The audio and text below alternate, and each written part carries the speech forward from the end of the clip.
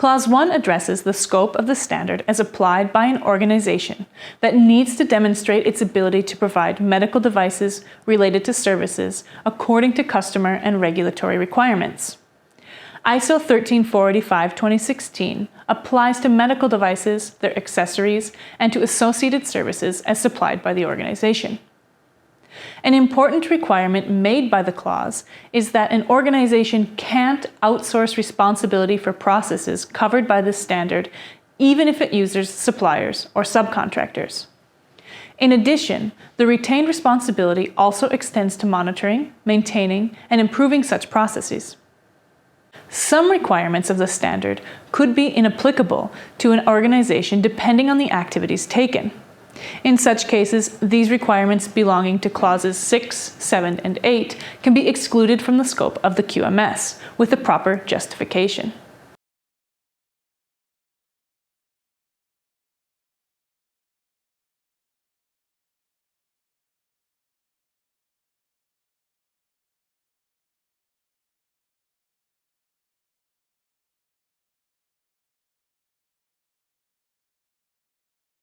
Clause 2 clarifies the role of ISO 9000:2015 standard and the document quality management systems, fundamentals, and vocabulary. This document is essential for the application of ISO 13485. In Clause 3, all terms and definitions related to ISO 13485:2016 and ISO 9000:2015 are applicable. Terms like document and record are not defined in ISO 13485. If you find yourself wondering about the definition of a term not found in ISO 13485, you can check ISO 9000:2015, Quality Management Systems, Fundamentals, and Vocabulary.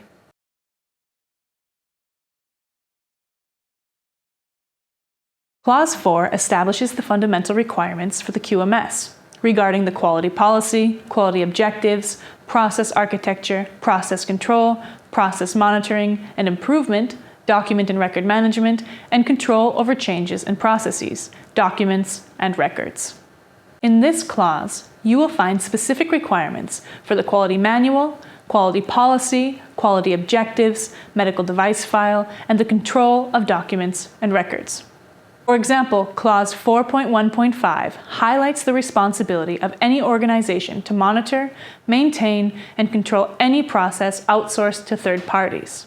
Primarily, it is applicable to processes that may affect product conformity requirements. It means the controls should be proportionate to risk involved and the ability of the external party to meet the requirements in accordance with Clause 7.4. In other words, the controls should include written quality agreements between both parties.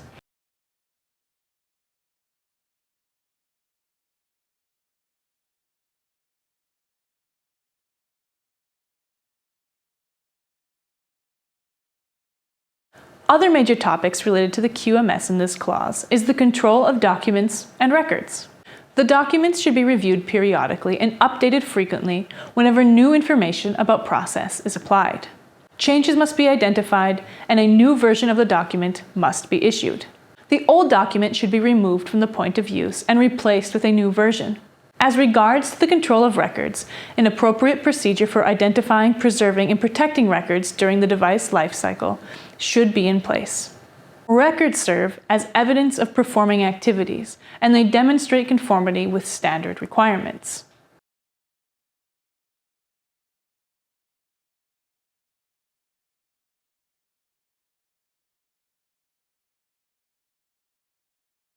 So that's it for part 1. We covered the general clause and clauses 1 through 4 of ISO 13485:2016. Thank you for undertaking the training, and I truly hope you found it useful. And don't forget, Part 2 and Part 3 are also available on the Scilife Academy. So see you soon for more quality learning.